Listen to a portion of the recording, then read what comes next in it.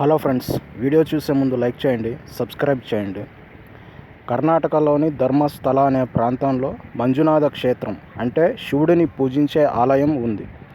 ఈ ఆలయం 800 సంవత్సరాల చరిత్రను కలిగి ఉంది. దీనిని జైన మతస్థులు ఏర్పాటు చేశారు. కానీ హిందూ బ్రాహ్మణులతో ఈ ఆలయంలో పూజలు నిర్వహిస్తూ ఉంటారు.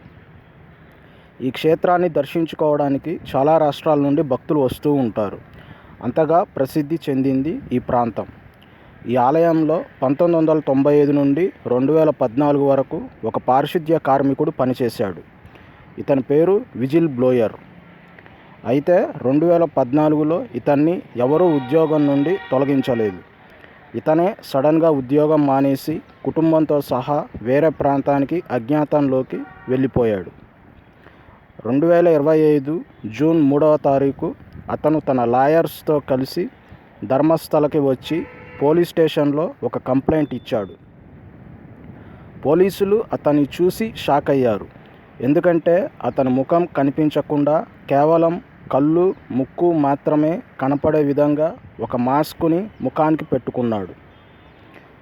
తన పేరు విజిల్ బ్లోయర్ అని, నేను 1995 నుండి 2014 వరకు ధర్మస్థల మంజునాథ ఆలయంలో పనిచేశానని కంప్లైంట్లో పేర్కొన్నాడు. ఆ టైంలో కొందరు వ్యక్తులు నాకు వందల సంఖ్యలో మహిళల మృతదేహాలను, టీనేజ్ అమ్మాయిల మృతదేహాలను అప్పగించి వీటిని ఖననం చేయాల్సిందిగా చెప్పారని, ఖననం చేయకపోతే నీకు కూడా వీళ్ళ గతే పడుతుందని బెదిరించారని కంప్లైంట్లో పేర్కొన్నాడు. ఈ మహిళల మృతదేహాలు చాలా వరకు అండర్వేర్ కూడా లేకుండా నగ్నంగా ఉన్నాయని, ప్రైవేట్ భాగాల నుండి రక్తం కారి ఉందని, ఆ మృతదేహాలను చూస్తేనే దారుణంగా రేప్ చేసి చంపారని క్లియర్గా అర్థమవుతుందని పేర్కొన్నాడు. కొంతమందిని టార్చర్ చేసి చంపారని, ఆ టార్చర్ తాలూకు గాయాలు శరీరంపై ఉన్నాయని పేర్కొన్నాడు. ఆలయానికి కొన్ని మీటర్ల దూరంలోని ఒక పెట్రోల్ బంక్ సమీపాన ఒక స్కూల్ బాలిక మృతదేహాన్ని చూపించారని, ఆ మృతదేహం దిగువ భాగంలో ఎటువంటి వస్త్రాలు లేవని, ప్రైవేట్ భాగాల నుండి రక్తం కారుతూ ఉందని, ఆ బాడీని ఖననం చేయాల్సిందిగా చెప్పారని పేర్కొన్నాడు.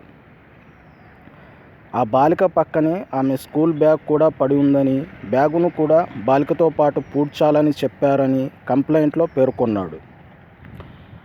ఇంకో మహిళను న్యూస్ పేపర్స్తో చుట్టి తెచ్చారని, ఆమె ముఖంపై యాసిడ్ పోసి కాల్చారని, ఆ బాడీని డీజిల్ పోసి కాల్చాలని చెప్పారని కంప్లైంట్లో పేర్కొన్నాడు.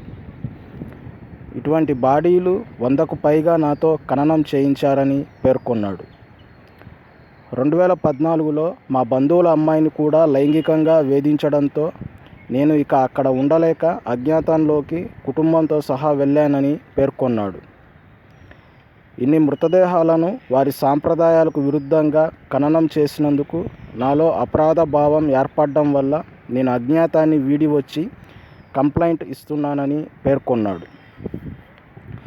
అతను ఒక బ్యాగులో తాను ఖననం చేసిన కొన్ని ఎముకలను ఆ ప్రాంతం నుండి తవ్వి తీసుకువచ్చి ఆధారంగా పోలీసులకు చూపించాడు.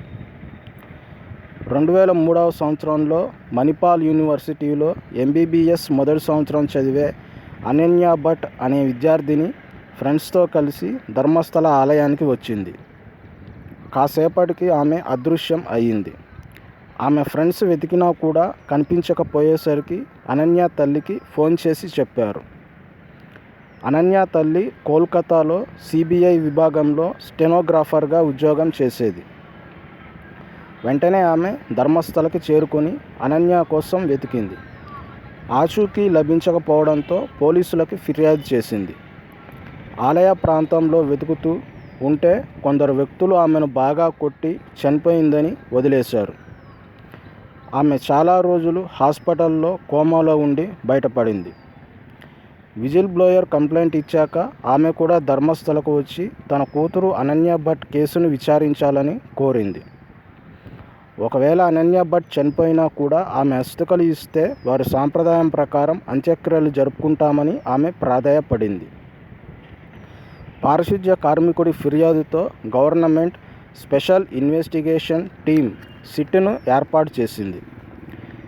సిట్ అధికారులు విజిల్ బ్లోయర్ని తాను పూడ్చిపెట్టిన మృతదేహాల ప్రాంతాలకు తీసుకెళ్లారు.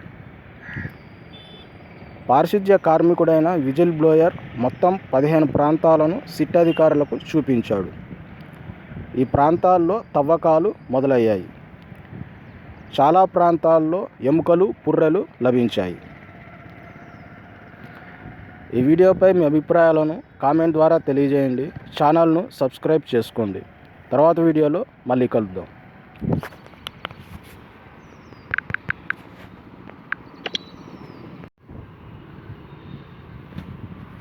హలో ఫ్రెండ్స్, వీడియో చూసే ముందు లైక్ చేయండి, సబ్స్క్రైబ్ చేయండి. కర్ణాటకలోని ధర్మస్థల అనే ప్రాంతంలో